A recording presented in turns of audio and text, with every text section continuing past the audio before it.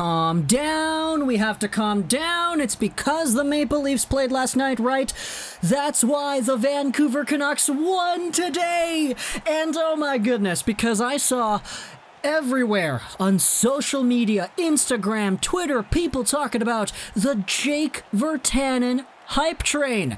And this video that I made all the way back in, 2018? Yeah, 2018, sometime before I went to LA, I believe. This video has been making the rounds again because people have been talking about Jake Virtanen and Connor McDavid and Leon Draisaitl because, hey, guess what? Whoop-de-doo! Shotgun Jake is better than Connor McDavid, part 2. Let's talk about the Vancouver Canucks tonight because for some reason they end up beating the Toronto Maple Leafs in a game that in the hype stream earlier today I was saying the entire time I'm fearing for my team's life. I'm a Canucks fan, and I've been seeing this team crumble away wins, potential wins, and games where they just didn't even have a chance throughout this season. So to see them go up against what is a Toronto team that has had their number in the past, a Toronto team that's beat them over and over again, spanning back to 2019, I believe. And after seeing what the Toronto Maple Leafs did to the Edmonton Oilers the previous 3 games, I was like, boy, the Vancouver Canucks are going to be lucky if they escape this one alive.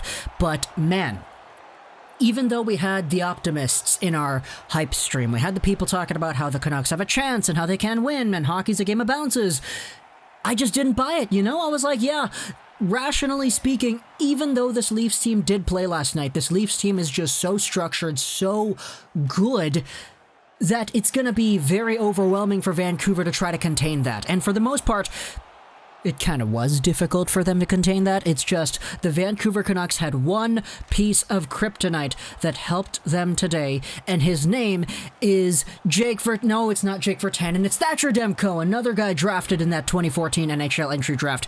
Thatcher Demko is the reason the Canucks won this game, not Jake Virtanen, not Bo Horvat, not anybody else, not Elias Pettersson.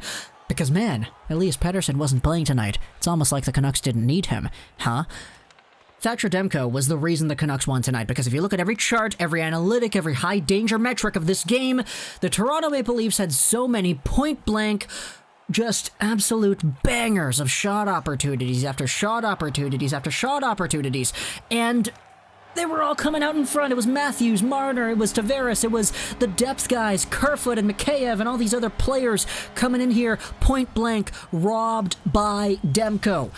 And if you take a look at Hutchison and the stuff that he let in tonight, yeah, sure, some of these goals you would like to have back, bouncing off of your own guys, far-out wrist shots, really weird angles. You know Hutchinson would like to have some of these goals back.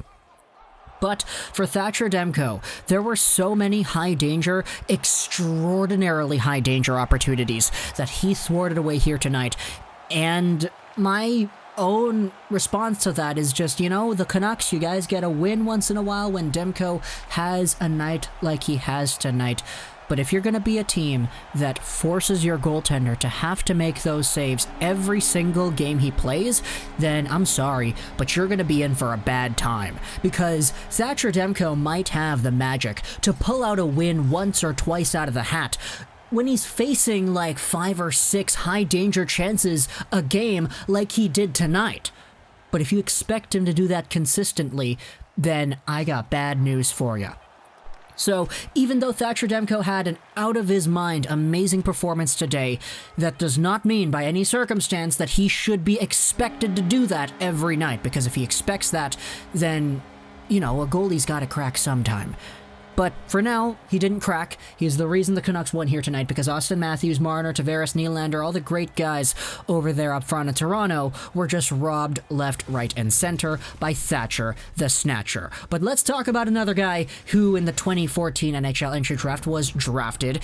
It's Jake Virtanen. He scored 2 goals today. What the heck? It took him like 2 or 3 minutes to get on the board here with his first goal of the game assisted by Quinn Hughes. So Hughes is out here with another point, cementing himself on top of the defensive scoring race. But Jake Virtanen comes in here, Calgary Hitman style. He dangles the puck over to the backhand as he comes in on the left side, drives the net, tries to pop it up, but it bounces around a little bit and eventually it's off the Leaf and in. Jake Virtanen did in about 2 or 3 minutes what Connor McDavid couldn't do in 3 games against the Toronto Maple Leafs. Leon Draisaitl didn't have any goals either, so Jake Virtanen is automatically better than both of them, right? But all joking aside, Jake Virtanen is out here boosting up the trade value, getting himself his 2nd goal on the year. Canucks Nation is going crazy because this guy who got 18 goals last year is finally giving us another reason to shotgun. After some inconsistent, some poor quality play, I would say, over the past few games, finally comes out here, scores a goal. It's a big one. It gets the Canucks up in this game. The Toronto Maple Leafs, though, eventually score afterwards. It's a Quinn Hughes pinch in the offensive zone after killing off a penalty where he's way too deep in the Leaf zone. Back, the Leafs come the other way. It's Pierre Engvall. He goes right around Mark Michaelis, by the way, who's making his NHL debut, and he scores. Michaelis was a guy that I was actually really interested in seeing tonight. I thought he had some good looks. I thought he had some very nice swipes towards the goal where he just slingshotted the puck over there. Michaelis was a guy whom we noted a few months ago as one of the top producers in the NCAA in its entirety. He is in his mid-20s, so he's a little bit older, but he is a guy that does have some value in my opinion, especially when you're, trying out some other guys when Elias Pettersson is not in the lineup. But after that first period, we had ourselves a little bit of antsiness because the Maple Leafs, they were up in the shots, they were up in the chances, they were just pounding on Thatcher Demko, but he wouldn't budge, wouldn't open the door after that because the Leafs were just getting stopped over and over again. The second period starts out and we had some more Toronto chances. Demko had to bail the team out after a lazy play by Sutter at the blue line. But the Canucks, they actually started to come alive too. The 4th line was getting some good offense, saw some good plays from Roussel and Beagle of all people. Roussel almost with a tap-in in front. There was another screenshot that just missed the net as well. Tyler Myers was playing really well defensively. He had some good opportunities as well, which was really strange to see. Virtanen and Pearson, what a combination there. Actually getting some damage on in the offensive zone too. The Canucks then went on the power play, and this was terrible. Mitch Marner was out here, and he was terrorizing the Canucks in their own zone, and he was shorthanded. This Leafs penalty kill, super aggressive, super tenacious, giving the Canucks a really hard time in the Canucks' own zone. It gets really terrible when JT Miller turns it over at the Leafs' blue line, and a 2-on-1 with Kerfoot and Mikheyev comes out of it. Eventually, Demko makes the stack the pads save. Beautiful retro vintage hockey goaltender style right there. And JT Miller is like, okay, good. There was no goal on that rush after he gives the puck away. Eventually, it's the second unit out here. Gaudette brings it in. He tries to pass over to Virtanen. It gets blocked. It gets back over to Gaudette. So what does he do? He tries to get it back over to Virtanen again, who takes it. He's in really tight. Hutchinson's leaning forward because he's like, yeah, Virtanen's not going to shoot from there. Vintage snipe. Oh my gosh, Jake Virtanen sniped it from far out. It was super wide. It's just under the bar. And BJ Ballin, one of the lovely mods for our YouTube channel streams, is sweating in his pants because he said in the stream earlier today that we would have to wait for a zombie apocalypse before Jake Virtanen gets a hat trick. But he's got 2 in the night now, baby. And he does what Connor McDavid nor Leon Draisaitl could do in 3 games in the span of about 3 times 10 minutes of gameplay. He scores 2 goals. Ha ha ha, no way. Jake Virtanen's got 2.